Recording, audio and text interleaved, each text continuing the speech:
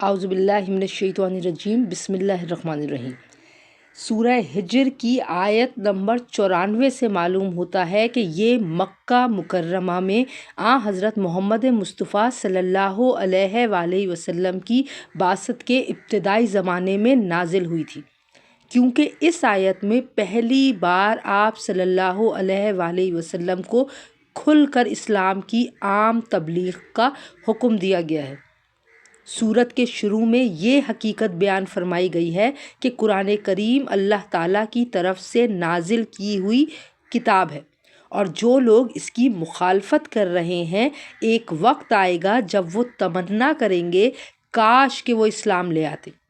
یہ لوگ حضرت محمد مصطفیٰ صلی اللہ علیہ وآلہ وسلم کو نعوذ باللہ کبھی مجنوں کہتے اور کبھی کاہن قرار دیتے تھے۔ ان باتوں کی تردید کرتے ہوئے کہانت کی حقیقت آیت نمبر 17 اور 18 میں بیان فرمائی گئی ہے۔ ان لوگوں کے کفر کی اصل وجہ ان کا تکبر تھا، اس لیے ابلیس کا واقعہ آیت نمبر 26 تا 46 میں بیان کیا گیا ہے کہ اس کے تکبر نے ہی کس طرح اس کو اللہ تعالیٰ کی رحمت سے محروم کیا۔